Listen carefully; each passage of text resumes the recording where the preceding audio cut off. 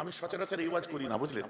আমার ইউটিউবার ভাইরা যারা এতজন এসছে, এরা বিভিন্ন সময় আমার বক্তব্য রেকর্ড করে, কিন্তু এরাও আজকে ভাবছে যে ভাই যেন একটা অন্য টাইপের আলোচনা হচ্ছে। আজ এই আলোচনা বোধহয় এদের ইউটিউবে এখনো সম্প্রচার হয়েছে বলে আমার মনে হয় না। আমার রাসূল কি বলছেন, ওয়াজ করছেন, এক সময় তাকরীর করছেন, সাহাবায়ে কেরামরা সব বসে আছেন। وزلنا رسول الله صلى الله تعالى عليه وسلم موعظة بليغة بعد صلاة الغداة وزرفت العيون وأدلت القلوب। নবী আমার ওয়াজ করছেন, সাহাবায়ে কেরামরা সব শুনছেন। ওয়াজারাফাতিল উয়ুন, চোখ দিয়ে পানি পড়ছে আমার নবী। ওয়াউজিলাতিল কুলুব, কলবগুলো সবার কেঁপে কেঁপে কেঁপে কেঁপে উঠছে। নবীজির ওয়াজ শুনতে শুনতে একটা বাচ্চা কোলে নিয়ে একটা মেয়ে মা ওয়াজ শুনছিল। এত সুন্দর তাকরীর, সঙ্গে সঙ্গে বাচ্চাটা কোথায় ছেড়ে দিল তার ঠিক নেই। নবীর ওয়াজ শুনতে শুনতে বদহোশ হয়ে গেল। ওয়াজ যখন শেষ হলো তখন মায়ের সাড়া পড়েছে, আমার মনি কই, আমার বাচ্চা কই, এতক্ষণ মনে পড়েনি।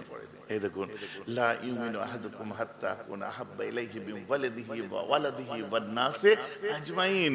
আমরা সবার থেকে বেশি ভালো এই জন্য বলি আমরা নবীকে বাসি, নবীর কথা শুনতে শুনতে বাচ্চার কথাটাই মনে নেই, মানে বাচ্চার থেকে বেশি নবীকে ভালোবেসে ফেলেছিল ওই ক্ষেত্রে আর কি। চলুন এবারে যেটা বলছি, পাগলের মতো খুঁজছে, আমার সোনা কই, আমার ময়না কই, আমার কলিজা ছেঁড়া ধনটা কোথা হারিয়ে গেল। মাথা চুল উস্কো খুস্কো এদিক ওদিক খোঁজাখুঁজি করে যখন বাচ্চাটাকে পেল, তার এগালে চুমা দেয়, ওগালে চুমা দেয়, কপালে চুমা দেয়, বুকে করে জড়িয়ে ধরে। আমার নবীজি একভাবে তাকে দেখলেন, আমার সাহাবারা আতারাহা, তোমরা কি কেউ দেখলে মেয়েটাকে? কলু ভালাই, কলু ভালাই ইয়া রাসূলুল্লাহ, হুজুর দেখলাম। কি দেখলে? না, মা তার সন্তানকে কত আদর করছে ওটা দেখলাম। আমার রাসূল বলছে, প্রশ্ন আমার ওটা নয়, প্রশ্ন আমার হচ্ছে ওই বাচ্চাটাকে খুঁজে পাইনি বলে মা যে পাগল হয়ে গেছিল, ওই মা কি কোনোদিন দুই হাতে করে তুলে নিয়ে বাচ্চাটাকে কোনো জ্বলন্ত চুলোর মধ্যে ফেলতে পারবে, আগুনে ফেলতে পারবে? যে কাল্লা ইয়া রাসূলুল্লাহ, it's quite impossible, quite impossible. প্রশ্নই নয়। কোন মা, হিন্দু মা, মুসলিম মা, বৌদ্ধ মা, খ্রিস্টান মা, পৃথিবীর কোন মাই পারবে না। নবীজি আমার একটু মুচকি হেসে বললেন, কে দিল রে মায়ের মনে এত দয়া? পৃথিবীর এক টুকরো, এক ফোঁটা রহমতের পানি নিয়ে আমার আল্লাহ কোটি কোটি মায়ের জন্ম দিয়েছেন। এক ফোঁটা পানি, সে এক ফোঁটা পানি এবার মিনি মিনি মিনি মিনি ভাগ হয়েছে। হিন্দু মা, মুসলিম মা, বৌদ্ধ মা, খ্রিস্টান মা, শিখ মা, ইসাই মা, মারওয়াড়ি, পাঞ্জাবি, গোয়েঙ্কা, আগরওয়াল, বাঙ্কা, নেউটিয়া। মা তো মা, সবার মা তাদের সন্তানকে অতটাই ভালোবাসে যতটা আমার আপনার মা আমাদেরকে ভালোবাসে। আমার রাসূল বলে, দুনিয়ার কোন মা যদি তার জন্ম দেওয়া শিশু বাচ্চাকে দুই হাতে করে তুলে জ্বলন্ত আগুনে ফেলতে না পারে, তার কাছে তো রহমতের এক ফোঁটা পানির একটু মাত্র ছিটে আছে।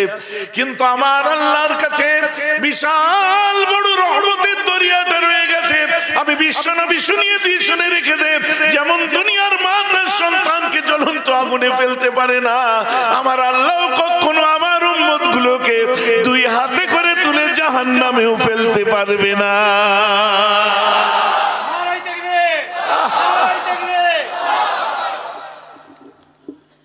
ভাইজি আমার কথা বোঝা গেছে? এইবার বলুন, আমরা তো গুনাহ করে ফেলেছি, এত সুসংবাদ আছে আমাদের জন্য, আছে তো নাকি? কত সুসংবাদ আছে। তো পাপ করেছি, একটু গুনাহ করেছি। এই মজলিসে আপনি বলেন, একটাও কি মদ খাওয়া পার্টি বসে নেই? আছে না ভাইজান? হ্যাঁ আছে। এই মজলিসে কি একটাও ছেলে নেই যে গাঁজা টেনেছে? আছে। এই মজলিসে কি একটাও ছেলে নেই যে জুয়া খেলেছে? এই মজলিসে কি একটাও মানুষ নেই যে সুদ খায়? এই মজলিসে কি একটাও মানুষ নেই যে বিবাহেতে পণ নেয়? সব আছে। আমরা হুজুররা ডাইরেক্ট বলি না, কারণ বললে যদি আগামীবারে এত সুসজ্জিত জলসা, এত ইউটিউবার, এত সুন্দর ডেকোরেশন, কত দূর থেকে বড় পার্টি যদি আবার আগামীবারে দাওয়াত না করে, বাবা ঘাঁটিয়ে লাভ নেই, প্লেন ওয়াজ করো, করে চলে যাও, এতে আমি নেই। কথাটা আমার বুঝতে পারছেন তো নাকি? এখন সবাই যদি পালিশ মারে তো গেল সব, ট্র্যাক্টরটা চালাবে কি? ভাই যে আমার কথা বুঝতে পারছে, এর মধ্যে হারাম করে বসে আছে। হ্যাঁ তুমি সুদ খেয়েছো, তুমি হারাম করতে, তোমার চোখে চোখ রেখে ডাইরেক্ট বলছি, তবেই তো মেহরাব সিদ্দিকী। কথাটা আমার বুঝতে পারছেন তো? এবার আপনারা বলুন তো, সুদ খাওয়া হালাল না হারাম? সবাই মিলে বলেন হারাম। আমিও জানি, আপনিও জানি, সবাই মিলে জানি। আজকে সংকল্প করব, অঙ্গীকার করব, ইনশাআল্লাহ আমরা আর খাবো না। আজকে তওবা পড়ব, আজকের পর থেকে আমরা সুদের মালে হাত দেবো না। আপনি বলুন পণ নেওয়া হালাল না হারাম? যারা নিয়েছো তারাও বলো হালাল না হারাম? কনফেস করো আজ হারাম। আর পণ নেওয়া বিয়ে পড়ানোটা কি? আপনাদের বলিনি, বোঝাবার জন্য বলছি, বললে হবে না। পণ নেওয়া বিয়ে পড়া যদি হারাম, বিয়ে যদি হারাম হয়, সেই বিয়ে পড়ানোটা না হুজুর আপনি আমাদের ইমাম, আপনি না পড়ালে পড়াবে কিনা? বাপরে বাপ, ইমামের উপর গরম মারছে কি, বুঝতে পারছেন? ইমাম সাহেব বেচারা বলছে, দেখ আমি গরিবের বাচ্চা, আমি পড়াশোনা করেছি, কোরআন পড়েছি, হাদিস পড়েছি, আমি মসজিদে ইমামতি করছি, আমি একজন ইমাম, আল্লাহ এই দরজা এই মর্তবা আমাকে দান করেছে, দয়া করে আমাকে দিয়ে এইসব বিয়ে টিয়ে পড়াশি, আমি পারবো না, যা। বলে না বেটা আবার ফোন ফোন নিউনি তো জিজ্ঞেস করে না, ও একটু সব আপনি দেখতে হবে না, আপনি বিয়ে পড়াবেন আর চলে আসবেন। জমিয়ত উলামায়ে বাংলা আসামের মুজাদ্দিদে জামানের সংগঠনের ভূমিকা এই জায়গাতেই, যেখানে যেখানে আছে দেখুন, সঙ্গে সঙ্গে ইমামের পিছনে 50টা ছেলে দাঁড়িয়ে যাবে। ও যদি একবার বলে দেয় পণ নেওয়া বিয়ে পড়াবো না, ওই 50টা ছেলে ইমামকে সাপোর্ট করবে। যখন বলবে কি যে আমাদের মৌলভী সাহেব নামাজ পড়ি না, বিয়ে পড়াবে না, তো পড়াবে কিনা? সঙ্গে সঙ্গে বলবে ইমাম আছে নামাজ পড়াবার জন্য, জানাজা পড়াবার জন্য, তোমার ওই যৌতুক নেওয়া পণ নেওয়া বিয়ে পড়াবার জন্য ইমাম রাখা নেই, কারণ ওদের পিছনে আমাদের মুরব্বীরা আমরা সবাই নামাজ পড়ি। 50টা ছেলে ইমামকে সাপোর্ট দেন, বিয়ে পড়াবার লোক থাকবে না, তো পণটা নেবে কে? আমরা তো সর্বনাশ নিজেরা, দূর ওর জিনিস ও বুঝি, লোক ইমাম সাহেবের সঙ্গে হচ্ছে, ইমাম সাহেব বুঝুক, তম্বি করছে। আবার নেতা গোছের মানুষ হলে তো আরো বেশি চিল্লাবে, না না আমি বলে দিচ্ছি ইমাম সাহেব পড়িয়ে দেবে।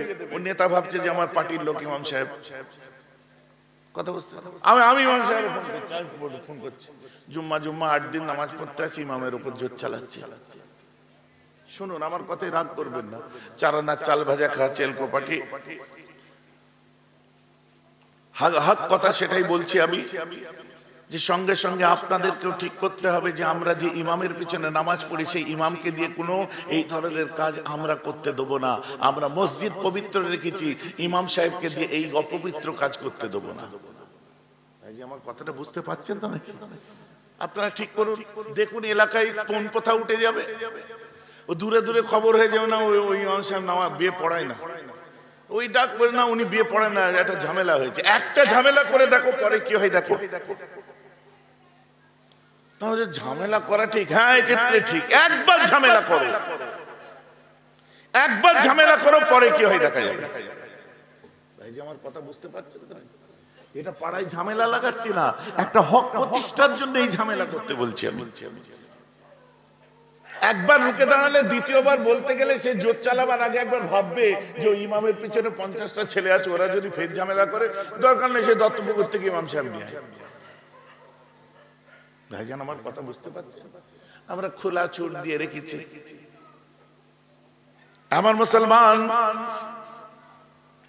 ইসলামের স্তম্ভ কটা একটু জোরে বলুন? 5 pillars in my Islam কটা? 5টা। 5 times pray, 1 month fasting, sacrifice, Hajj Baitullah, and also kalima tayyib la ilaha illallah Muhammadur Rasulullah. It was necessary for all ummah, not only somebody, someone and someone. It was necessary for all ummah, all Muslim. 5 ওয়াক্ত নামাজ, রোজা, হজ, যাকাত, কালেমা, এটা কি কারো কারোর জন্য না সবার জন্য? আমরা জলসায় গেলে আমাদের বলা হয় হুজুর এটা নামাজের ওয়াজ করবেন তো। ঠিক আছে, এখনো ওয়াজ আরম্ভ হয়নি, এটা ট্র্যাক্টর চলছে, আগে আমি বললাম না, এটা ট্র্যাক্টর চলছে। ওয়াজ একটু পরে আরম্ভ হবে, এখনো পেয়ারা হাজিরানে মজলিস আমার ভাইয়ের এইসব করে ঠিক করিনি এখনো। আমাদের জলসা কমিটির ভাইরা দূর দূরান্ত আগত সবাইকে শ্রদ্ধা সালাম জানাই যে আমি এখন ওয়াজ আরম্ভ, এখন কাউকে কোনো সংবর্ধনা সম্ভাষণও করিনি আমি, এখন একটু ট্র্যাক্টর স্টার্ট দিয়েছি, এরপরে যারা বসবে তাদেরকে শ্রদ্ধা জানাবো। আর আমি জানি এই বক্তব্য অনেকের পছন্দ হবে না, ওই হুজুর আর দাওয়াত করা দরকার নেই, ও তোমায় বলতে হবে না, এই হুজুরকে পাওয়া খুব কঠিন, এটা সবাই জানে। আমার ইচ্ছা হলে আসি, না ইচ্ছা হলে আসি না। এবং জলসা যখন লিখেছি কমিটির ছেলেদের জিজ্ঞেস করেন, দেখ জলসা যখন লিখেছি আমি 2 ঘন্টার নোটিশে বারণ করে দেবো, মেনে নিতে হবে। বলছে হ্যাঁ ভাইজান ঠিক আছে, কারণ আমার অনেক জরুরি কাজ পড়ে যায়, যার জন্য আমার আগে মাওলানা আরিফুল ইসলাম সাহেব ছিল, শুনলেন না আজ কেমন লাগলো? হ্যাঁ, ওর পরিচয় দেয়নি আপনাদের কাছে, আমার খুব প্রিয় ছেলে, একটা খুব শিক্ষিত ছেলে, জ্ঞানী ছেলে এবং খুব সম্ভ্রান্ত বড় পরিবারের ছেলে। ও নিজে আবার গভর্নমেন্ট জব করে, তারপরেও আরেকটা শুনলে পশ্চিমবঙ্গে শিক্ষারত্ন পুরস্কার পেয়েছিল ওই ছেলেটি, সুবহানাল্লাহ বলেন। একটি ছেলে পেয়েছিল, সেটা হচ্ছে ওই ছেলেটি। ও আবার আমার খুবই মহব্বতের ছেলে। আর আপনারা জানেন ইয়াংস্টার পড়াশোনা করা, একটু সব রকম মানুষই আমার সঙ্গে একটু মিশতে পছন্দ করে। এরা আজকে এই কাজের মধ্যে কেন এসেছে? যাতে বলিষ্ঠ কণ্ঠে দুটো কথা বলতে পারে। ভাইজান কথা বুঝতে পারছেন তো? আজ আমি কেন এসেছি? বলিষ্ঠ কণ্ঠে দুটো কথা বলবো, যেটা সত্য কথা, ন্যায় কথা। দেখুন আমরা যখন ওয়াজ করতে যাই আমাদের বলে দেওয়া হয় ভাইজান ছেলেরা সব নামাজ কালাম পড়ে না, একটু বলবেন। আমি বলবো কোনো ব্যাপার না, রোজার মাস আসছে সবাই যেন রোজা করে, একটু বলবেন আলহামদুলিল্লাহ বলবো। হুজুর গান পান মুখে ধরে, একটু বলবেন তো যেন কলমা দোয়া দরুদ পড়ে। আমি শিওর, কোনো ব্যাপার না, শিওর আমি বলবো কলমা দোয়া দরুদের কথা বলবো। গান পান কেন গাইছিস তোরা, একটু দোয়া দরুদ কলমা পড়া, সবসময় মুখে তসবিহ রাখ, অবশ্যই বলবো। আর কি বলবো? তখন প্রচলিত দেশি ভাষায় বলে ওই এখন থাক, ফের পরে দেখা যাবে না, মানে ওই এখন থাক পরে ফের দেখা যাবে। আমি চাচা শুনো শুনো, ইসলামের স্তম্ভ 5টা, তুমি বলতে বললে 3টে, আর ছাড়লে 2টো কাজ জন্য। আর যে দুটো ছাড়তে বলেছো, ওই দুটোই হচ্ছে মেন খরচার ইবাদত। একটা হচ্ছে যাকাত, খরচা করতে হবে, আর একটা হচ্ছে হজ, ওটাও খরচা করতে হবে। ফ্রি 3টে দেখো সবাই বলে ওয়াজ করো। এখন আমি আপনাদের কাছে প্রশ্ন করি, মাশাআল্লাহ এমব্রয়ডারি লাইন মানে ভালো লাইন, আমি একটু বুঝি, আরো যে যা কাজ করেন মাশাআল্লাহ ভালোই চলছে। এবছরে আপনার কত টাকা যাকাত হয়েছিল গত বছরে, এটা সঠিক হিসাবটা বলুন তো। 100 জনের মধ্যে 90 জন জানেই না তার ক টাকা যাকাত হয়। ও দু চারটে আপনার 20-25টা শাড়ি নিয়ে বিলিয়ে দেয়, গোটা 30 লুঙ্গি নিয়ে বিলিয়ে দেয়, দেওয়ার পরে বলে আমার যাকাত দেওয়া হয়ে গেছে। 100 জনের মধ্যে 90 জন জানেই না তার কত টাকা যাকাত হয়, আর আপনারা 10 জন মাত্র জানেন যারা দেন। কথা ঠিক ভুল বললাম নাকি? জানেই না। He never know about his zakat. আপনি বলেন এখন যদি যাকাত ফাঁকি দিয়ে নামাজ পড়ি হবে? যাকাত কার হক? সকলে বলুন। যাকাত হচ্ছে গরিবের হক, এতিমের হক। এখন যাকাত ঠিক মতো না দিয়ে যদি সেই যাকাতের পয়সা নিয়ে ঘরে বউ বাচ্চা সবাই মিলে খাই, তো খাওয়াটা হালাল খাওয়া না হারাম খাওয়া? নিজের ঘরে বসে কি খাচ্ছেন? হারাম খাচ্ছি। তাহলে আমরা যাকাত ফরজ, অথচ নিজের ঘরে বউ বাচ্চা সবাই মিলে হারাম খাচ্ছি। তা কাজ করলে হয়, বাপ বেটা বউ বাচ্চা সবাই মিলে ওই হুইস্কি আর রাম কিনে খেলে কেমন হয়?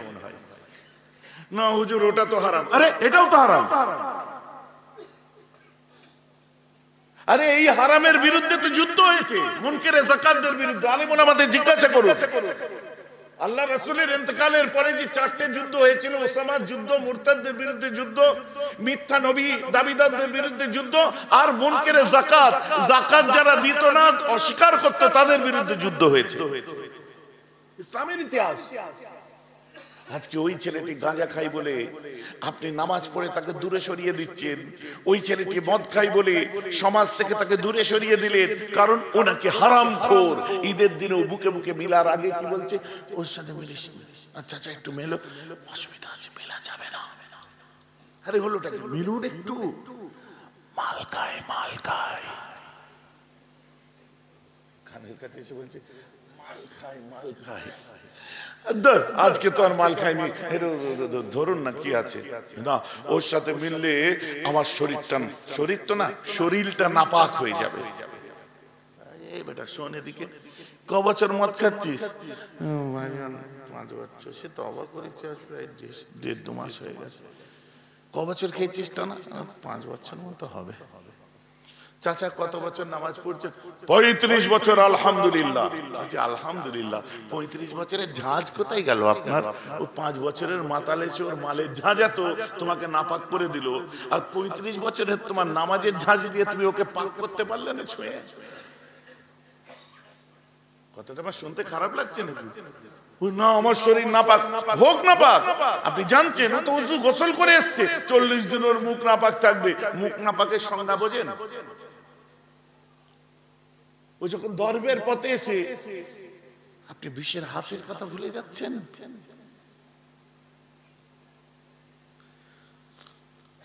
এরকম বহু ঘটনা ঘটেছে আমাদের জীবনেও। ভাববেন না যে নিজের ঘটনা শোনাচ্ছি, আমার ভাইদের যুবকদের এনকারেজ করার জন্য আমি বলছি। বহুদিন আগের কথা আমি বলছি যে আমি মেদিনীপুরে একটা জলসায় যাচ্ছিলাম, প্রতাপপুর থেকে ডান দিকে ঢুকে যে একটা বাঁধের উপর দিয়ে এই জলসায় যাওয়ার সময় আমি রাস্তার মধ্যে মানে 3 মাথা রাস্তায় আমি রাস্তা হারিয়ে ফেলেছি। আমি দাঁড়িয়েছি, ডান দিকে একটা সাদা রঙের স্করপিও গাড়ি দাঁড়িয়ে আছে, এর ভেতরে তো লোক আছে রে, একবার জিজ্ঞেস করি না। তো আমার যারা সাথে থাকে ওরা বললো, ভাইজান জায়গাটা রিস্কি জায়গা, আপনার নামা এখানে ঠিক হবে না। আমাদের আবার দুশ্মন কোথায়? কোনো ব্যাপার না, হচ্ছে ভাই গাড়ির মধ্যে কেউ আছেন? ভেতর থেকে বলছে বড় ভাইজান না? আচ্ছা এই তো ব্যাটে বলে হয়ে গেছে। আচ্ছা ভাই একটু বাইরে আসো। বাইরে এসে গাড়ির ওই দিকে 2 জন দাঁড়ালো, এই সামনেটা একজন। ভাই এখানে শোনো না কাছে। জি না, কি বলছেন বলুন। আচ্ছা ভাই মুসলমান লোক তো, তোমরা বড় ভাইজান বললে, বলছি সালাম দাও। আসসালামু আলাইকুম। হাত মিলাও না, ঠিক আছে। 2 জন কোন রকম কি বলতো মাল খাচ্ছিল বসে বসে, নদীর ধারে, ঠান্ডা ফুরফুরে হাওয়া, তারপরে এইসব চিপস চানাচুর বানাচুর কিনে নিয়ে সব খায় না, মদ খাচ্ছিল। এখানে আসে তো 2 জন মোটামুটি হাত মিলালো, 3য় জন বলছে হাত মিলাও না আমার সাথে। না ঠিক আছে ঠিক আছে, মানে ওর পিকা ভাই হয়ে গেছে। ধর ভাই হাতটা মিলানা, মিলাও। আস্তে আস্তে হাতটা যে বেরিয়েছে আমি এইভাবে ধরেছি, টানাটানি। তোর আমার থেকে অনেক বেশি এখন তোর শক্তি, কারণ তোর পাওয়ার দেওয়া আছে শরীরে, এখন মানে এক্সট্রা পাওয়ার দেওয়া আছে, বুঝলেন? হাত ছাড়াতে পারবি বলে কানের কাছে মুখ দিয়ে বললাম, পাগল তুই যে কারণে আমার সঙ্গে হাত মিলাচ্ছিস না, আমি ওই কারণটাকে ঘৃণা করি, আমি তোকে ঘৃণা করি না। চুপ করে গেছে। যা চলে যা। আমার মুসলমান খেয়াল করে শুনে রেখে দেবেন, সেদিনই ওদেরকে আমি দাঁড়িয়ে কটা কথা বলেছিলাম যে দেখ এখন বেশি তোদের মাথায় ঢুকবে না, শুধু কটা কথা শুনবি। পাপ যে জিনিসটা কিয়ামত পর্যন্ত পাপ রয়ে যাবে, পাপী একদিন ভালো মানুষ হয়ে যাবে, গুনাহ রয়ে যাবে, গুনাহগার একদিন আল্লাহওয়ালা হয়ে যাবে। আজ আমার ভাইরা শোনো, খারাপ রয়ে যাবে, খারাপ কর্মকারী একদিন উচ্চ ভালো মানুষ, উচ্চ মর্যাদার মানুষ হয়ে যাবে। বাকি তুই মদ খেয়েছিস, গাঁজা খেয়েছিস, মদ রয়ে যাবে। মাতালকে আল্লাহ একদিন হযরতে বিশর হাফি বানিয়ে দেবে। হযরতে বিশর হাফি প্রথম জীবনে মদ খেতেন না, জগৎ বিখ্যাত আল্লাহর ওলি। কথা বুঝতে পেরেছেন? আজ আমি তাই বলছি, খারাপ গুনাহকে ঘৃণা করো। আমার রাসূল বলছে গুনাহগার পাপীকে ঘৃণা করো না, পাপ থেকে দূরে থাকো, পাপীর থেকে দূরে থেকো না, তাকে এনকারেজ করো। মসজিদে যে হাজির হচ্ছে সিনিয়র নামাজিদের কাছে আমার জুনিয়র নামাজিরা আবার ঝাড় খাচ্ছে। আরে আল্লাহওয়ালা মানুষ আছে, আমি তাদের কথা বলছি না, সবকিছুর একটা গরম আছে না। এই টাটকা একটু নামাজ টামাজ 2-4 বছর একটু আরম্ভ করেছে, অহংকারও একদম বিশাল ব্যাপার। আবার আল্লাহওয়ালা সুফি মানুষেরাও আছে, কিছু কিছু মুরব্বীরাও আছে, নামাজে দাঁড়ালো আল্লাহু আকবার দাঁড়িয়ে আছে, মুরব্বী পাশে এসে দাঁড়ালো নামাজ পড়তে, বাদ দেখে ফেলেছে, আরে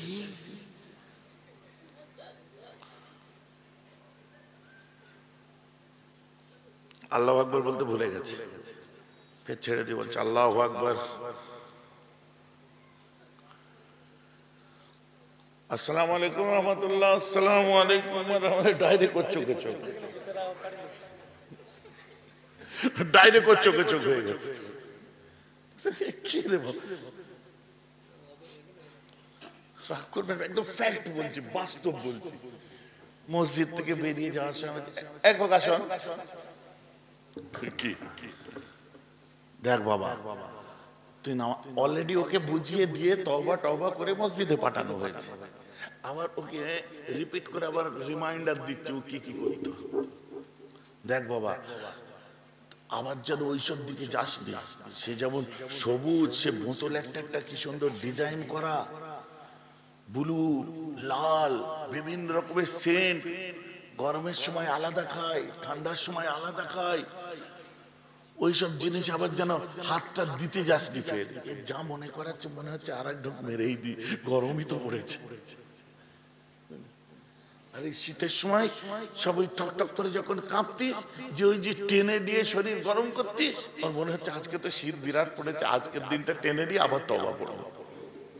আমার মনে করাচ্ছে, আমার রাসূল বলছে খবরদার কাউকে কারো গুনাহকে তোমরা খেয়াল করিও না, রিমাইন্ডার দিয়ে গুনাহগুলোকে আর মনে করিয়ে দিও না। বলুন না সুবহানাল্লাহ। সে মানুষটা লজ্জিত হতে পারে, আবার সেই মানুষটা বিগড়েও যেতে পারে। শরীয়ত কত সুন্দর। আল্লাহ রাসূল বলছে পৃথিবীর জমিনে যদি কারো দোষকে তুমি লুকিয়ে দিতে পারো, কিয়ামতের দিনে আল্লাহ রাব্বুল আলামিন তোমার গুনাহগুলোকে লুকিয়ে দেবে। আমরা খোঁচা দিতে পছন্দ করি। এখন ওই ছেলেটা আমাদের আসছে, এসে বলছে ভাইজান আমি মদ খেয়ে নাই, হারাম খাই, আমাদের পাড়ায় কি যাকাত সবাই ঠিক মতো দেয়, সেও তো হারাম কর। হ্যাঁ তাও ঠিক, আমি নয় মদ খাই হারাম খাই, তো অনেকে আমাদের পাড়ায় সুদ খায়, তারাও নামাজ পড়ে, তাহলে ওরা কি করে? ওরাও হারাম কর। হ্যাঁ ওরাও হারাম কর, আমরাও হারাম কর, ওদের আর আমাদের মধ্যে তফাৎ।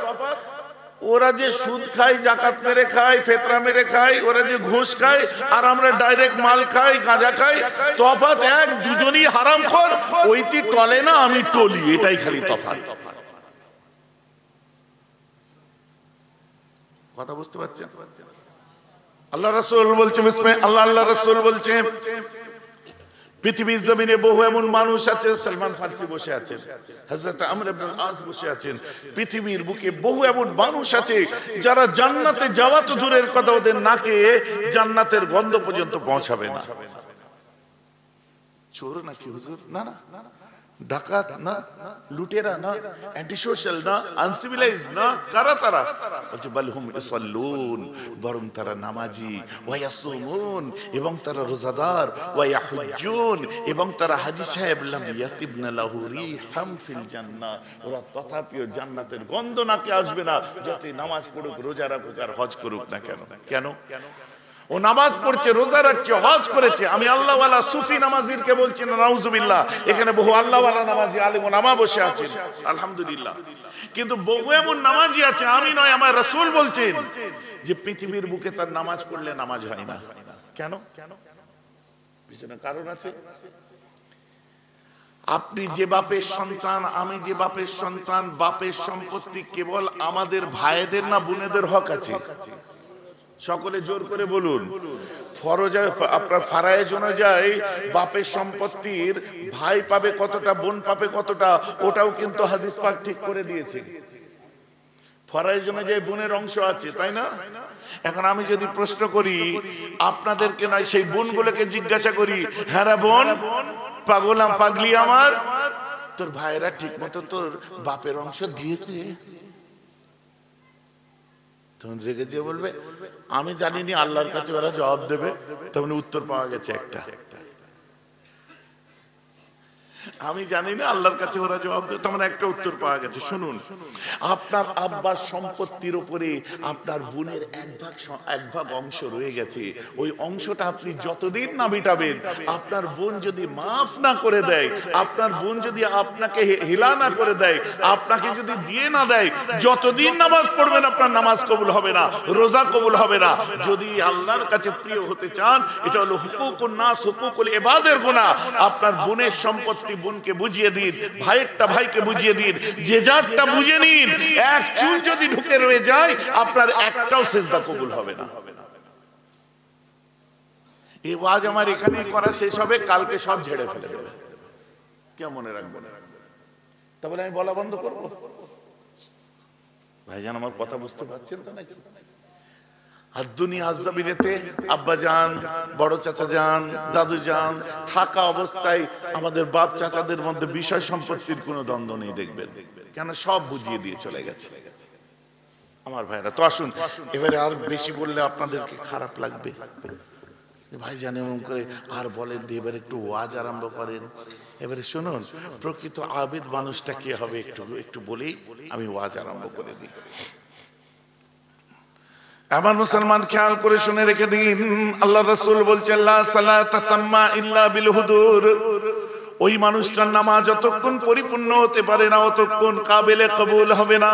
ততক্ষণ পর্যন্ত ওই মানুষটার নামাজ সম্পূর্ণ হবে না, যতক্ষণ সে নিজে ইতমিনান হয়ে নামাজ না পড়তে পারছে।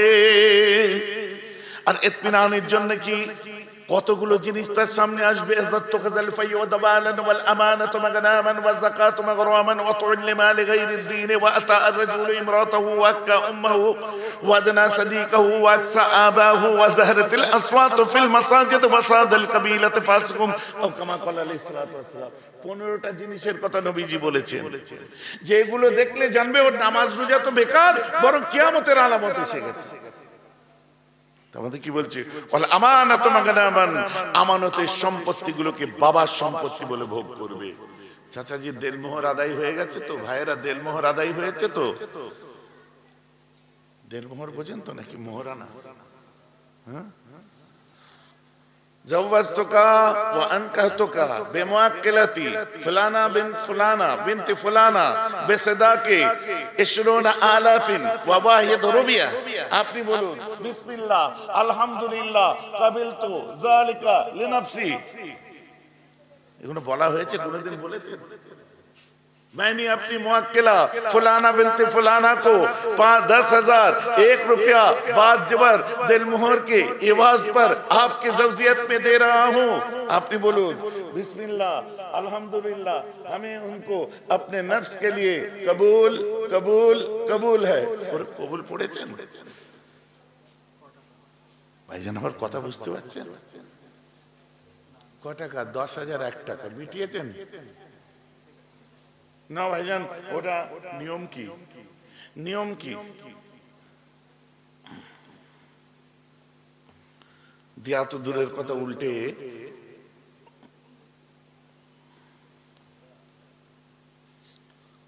যার জন্য আমি বাংলাদেশে দেখছি একজনের বিয়ের দিনমোহর হচ্ছে 5 লক্ষ 1 টাকা।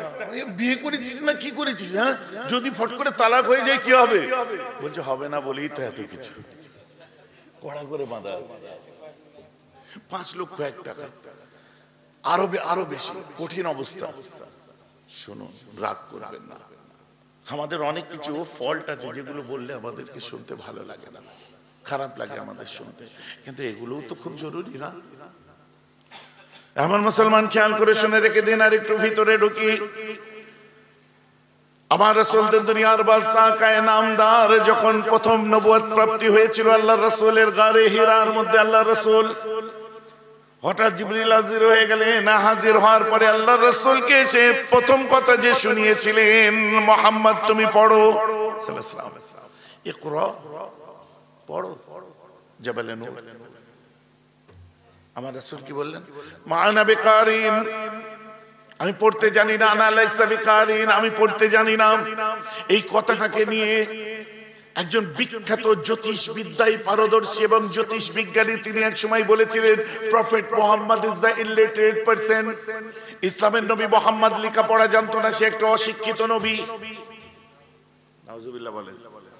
কেন? এই কথাটার ভিত্তিতেই বলেছিল যে আমার নবী বলেছিলেন আমি পড়াশোনা জানি না, আমি লেখাপড়া জানি না, এই কথাটা বলেছিলেন। এই কথাটা সামনে রেখে বলছে illiterate himself, prophet Muhammad is the illiterate person. ইসলামের নবী মুহাম্মদ লেখাপড়া জানতো না। নাউজুবিল্লাহ।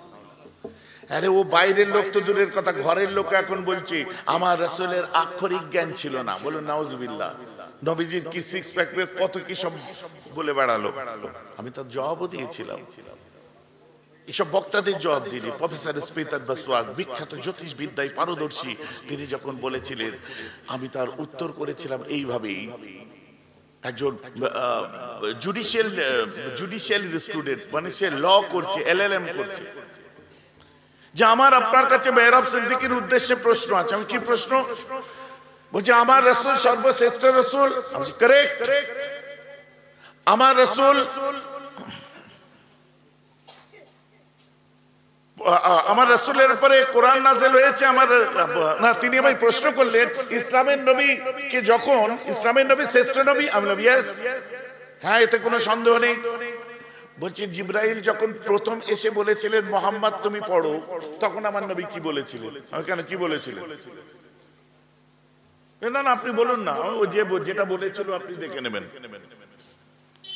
আপনাকে বলতে খারাপ লাগলেও আমি বলছি, আমি একজন মুসলিম এবং I am disabled and also follower of prophet Muhammad সাল্লাল্লাহু তাআলা আলাইহি ওয়াসাল্লাম। এবং আমাকে ভালো লাগছে যে আমরা ফুরফুরা শরীফের মেজো হুজুর পীর কেবলার কাছে যাতায়াত করেছি এবং তাকে আমরা খুব ভালোবাসি। তো আমি অধিকার নিয়ে আপনার প্রশ্নটা করলাম। আমি কি প্রশ্ন? এই প্রশ্ন ইসলামের নবী, আমাদের নবী সর্বশ্রেষ্ঠ, কিন্তু যখন জিবরাইল এসে আল্লাহ রাসূলকে বললেন পড়ো, আমার নবী পড়তে পারলেন না, তিনি বললেন আমি পড়া জানি না। তো যে নবীটা পড়া জানেন না, আর সমস্ত নবীরা জন্ম থেকে নিয়ে তারা মুজিজা দেখিয়েছে, ইসলামের নবী মুহাম্মদ সাল্লাল্লাহু আলাইহি ওয়াসাল্লাম 40 বছরের পর মিরাকেল মুজিজা দেখিয়েছে। তাহলে আমার প্রশ্ন এই জায়গায়, যে নবীটা ছোট থেকে মুজিজা ছিল না, যে নবী ছোট থেকে পড়াশোনা জানতেন না, 40 বছর বয়সে লেখাপড়া জানলেন, তারপরে ইসলামের নবী মুহাম্মদ সাল্লাল্লাহু আলাইহি ওয়াসাল্লাম শ্রেষ্ঠ নবী হলেন কেন? যে নবীগুলো ছোট থেকে মুজিজার অধিকারী ছিলেন, ছোট থেকে যারা শিক্ষিত ছিলেন, সেই সব নবী আদম থেকে ঈসা কেউ শ্রেষ্ঠ হলো না। অথচ মুহাম্মদ সাল্লাল্লাহু আলাইহি ওয়াসাল্লাম যিনি ছোট থেকে মুজিজাও দেখালেন না, তিনি আপনার অশিক্ষিত ছিলেন, তারপরে তিনি বা শ্রেষ্ঠ হলেন কেন? নাউজুবিল্লাহ মনে মনে বলে না, কিন্তু সে প্রশ্নটা জানার উদ্দেশ্যে করেছে। আজও পর্যন্ত অনেক এই কথাটার মাথার মধ্যে ঘুরে, সত্যি তো আমার নবী তো ছোট থেকে পড়াশোনা জানতেন না। অনেকে আমাদেরকে বলে মুসলমানদের বেশি পড়তে নেই, কেন জানো? কারণ ওদের নবী তো 40 বছর বয়সে পড়াশোনা করেছে। যারা স্কুল কলেজ ইউনিভার্সিটিতে যায় তাদেরকে এইসব কটাক্ষ শুনতে হয়, অস্বীকার করা যাবে না। তো শুনুন, আমি তার উত্তরটা পরিষ্কার তাকে আমি বললাম, দেখুন আমার আল্লাহ কোরআন পাকের মধ্যে বলছেন ইন্নাকা লাআলা খুলুকিন আযীম। আমার আল্লাহ বলছেন এই Muhammad, I can give you a great regard, আমি আল্লাহ আপনাকে মহান আখলাক চরিত্রের অধিকারী করেছি। সঙ্গে সঙ্গে বলছে এক্সকিউজ মি, আমি ইয়েস, বলছে আই এম মুসলিম। আর এখানে ইন্টারফেথ অ্যালায়েন্স, সমস্ত দল, সমস্ত মত, সমস্ত ধর্মের মানুষ এখানে আছে। হাদিস আমি মানব, কোরআন আমি মানব, কিন্তু অন্যজনের অন্য অন্য ধর্মগ্রন্থ আছে। আপনি এমন কথা বলুন যেটা আমাদের সবার মানতে সুবিধা হয়। কোরআন চলবে না। সে বলছে আমি কোরআনে আছে, আমার নবীর উপর আমি কাউকে ভাবি না, কিন্তু এমন একটা কথা বলুন যেটা সবাই মানবে। আমি চলো, আল্লাহ রাসূল শ্রেষ্ঠ হলেন কি করে? আমি তোমাকে প্রথম বলবো, তুমি যেহেতু জুডিশিয়াল স্টুডেন্ট, এখানে অনেক ফিজিক্সের স্টুডেন্ট আছে, সায়েন্সের স্টুডেন্ট আছে, অনেক প্রফেসররা আছে, ডাক্তাররা আছে, যেহেতু একটা কনফারেন্স, এটা ওয়াজের মজলিস নয়। আমি তোমার কাছে প্রথম প্রশ্ন করি, ভারতবর্ষের ইতিহাস আছে না নেই? বলছি হ্যাঁ আছে। আমেরিকার, হ্যাঁ, লন্ডন, জাপান, আমি বলেছিলাম ভারতের ইতিহাস আছে, পাকিস্তানের ইতিহাস আছে, জাপানের ইতিহাস আছে, জার্মানির ইতিহাস আছে, গ্রেট ব্রিটেনের ইতিহাস আছে, আমেরিকার ইতিহাস আছে। আর তুরস্ক বলে একটা দেশ, যে দেশে আপনার যে দেশে সুন্নিয়াতের বোলবালা সব থেকে প্রথম সারিতে আছে, দেখবেন হানাফি মতবাদের সব থেকে বেশি মানুষ যেখানে বাস করে। সারা পৃথিবীতে আমরা টোটালি 97% হানাফি, আশারি, মাতুরিদি, যেটা আমাদের আকীদা, ফুরফুরা সিলসিলা যেটা আকীদা। তো আসুন, যেটা বলছিলাম, তাহলে তুরস্ক এই দেশটা বলে হ্যাঁ ওটা কি গরিব দেশ? বলছে না, খুব আধুনিক দেশ। যারা গেছেন তারা জানেন, ইস্তাম্বুল যারা ঘুরেছেন। ওই তুরস্কের ইতিহাস যিনি লিখেছিলেন তিনি ছিলেন আমেরিকার একজন বিখ্যাত লেখক। শুনছেন তো নাকি? এই তুরস্কের ইতিহাস যখন লেখা শেষ হয়েছিল, এই মানুষটার মনের উদ্দেশ্য ছিল, আমি তুরস্কের ইতিহাস মানে আমার জীবনের সাধনা, এত বড় গ্রন্থ লিখেছি, আমি এমন একজন নামে উৎসর্গ করতে চাই যিনি হবে পৃথিবীর শ্রেষ্ঠ, হবে যিনি ক্রিয়েটারের পরে, স্রষ্টার পরেই যেন তার স্থান হয়। তার শর্ত কি? তখন ওর সামনে বসেছিল কি মিস্টার জন হপি, তখন মিস্টার লামার্টিনকে এখনো খুলে দেখুন, তুরস্কের ইতিহাস যিনি লিখেছে তার নাম হচ্ছে mister Lamartine. Mister Lamartine, yes, as your prophet, he is also greatest in the world. তখন বলল, he is not appropriate to myself, উনি আমার জন্য ঠিক অতটা অ্যাপ্রোপ্রিয়েট নয়। তখন বললেন কার নামে উৎসর্গ করব? দিন পার হতে থাকে, তুরস্কের ইতিহাস লেখা যখন কমপ্লিট হলো, মুসলমান কলিজা ঠান্ডা হয়ে যাবে।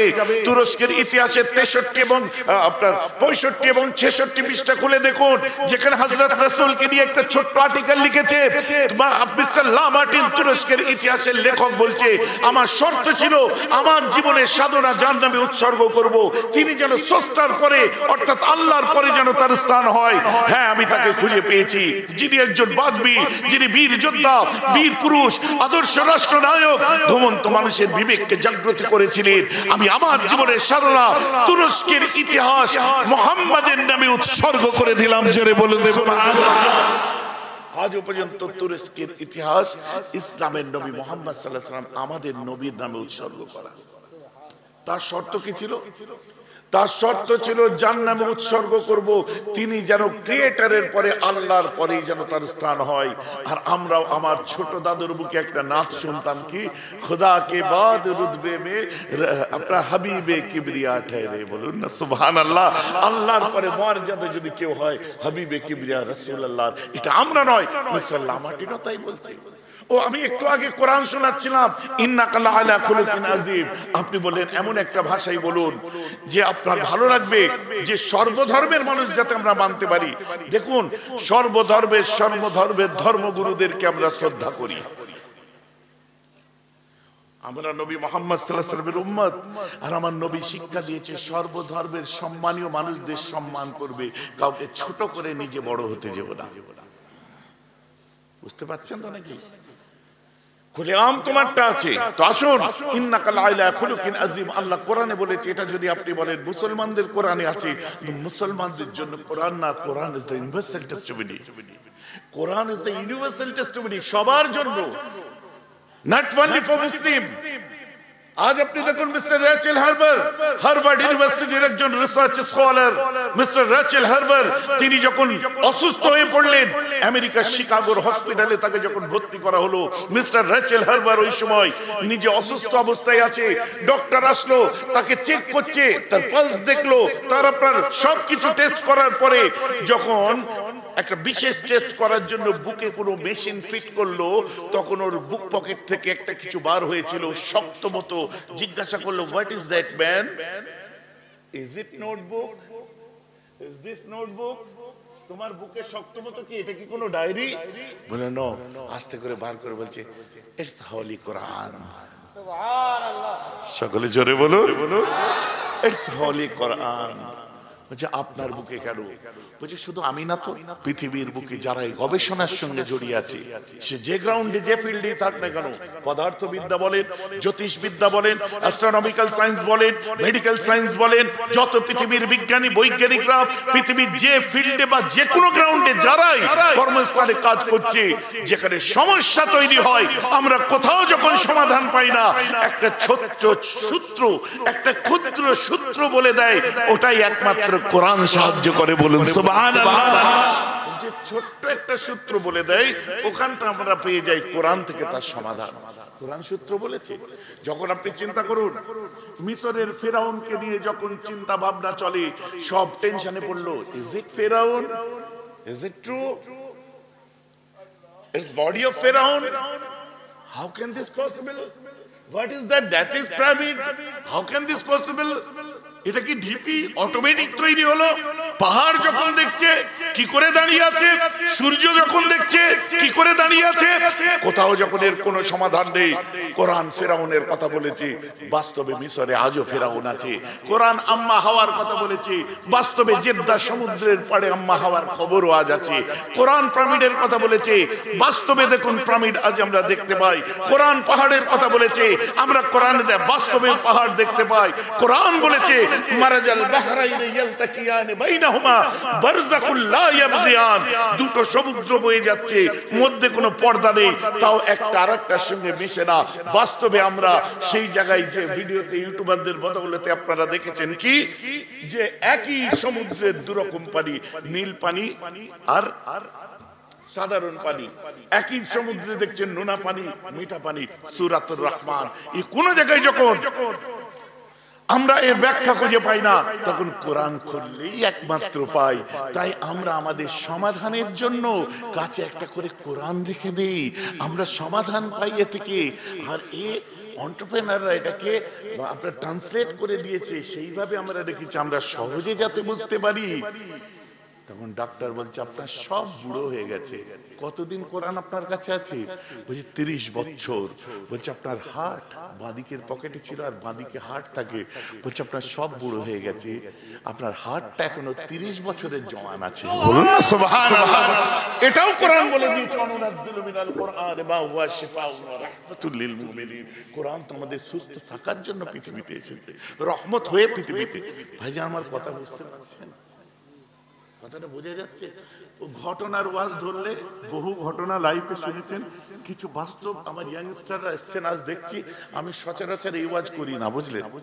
আমার ইউটিউবার ভাইরা যারা এতজন এসছে, এরা বিভিন্ন সময় আমার বক্তব্য রেকর্ড করে, কিন্তু এরাও আজকে ভাবছে যে ভাইজান একটা অন্য টাইপের আলোচনা হচ্ছে আজ। এই আলোচনা বোধহয় এদের ইউটিউবে এখনো সম্প্রচার হয়েছে বলে আমার মনে হয় না। কথাটা আমার বুঝতে পারছেন তো নাকি?